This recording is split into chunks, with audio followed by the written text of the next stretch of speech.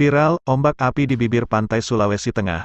Publik Indonesia kembali dikejutkan dengan sebuah unggahan video amatir yang menampilkan fenomena ombak api.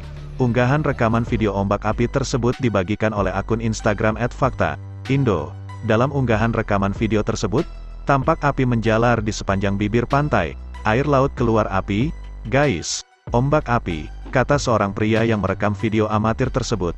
Adapun fenomena unik tersebut diketahui terjadi di pantai sekitar Kampung Baru, Sulawesi Tengah. Hingga berita ini diturunkan, alasan yang menyebabkan fenomena ombak api di Sulawesi Tengah tersebut masih belum diketahui.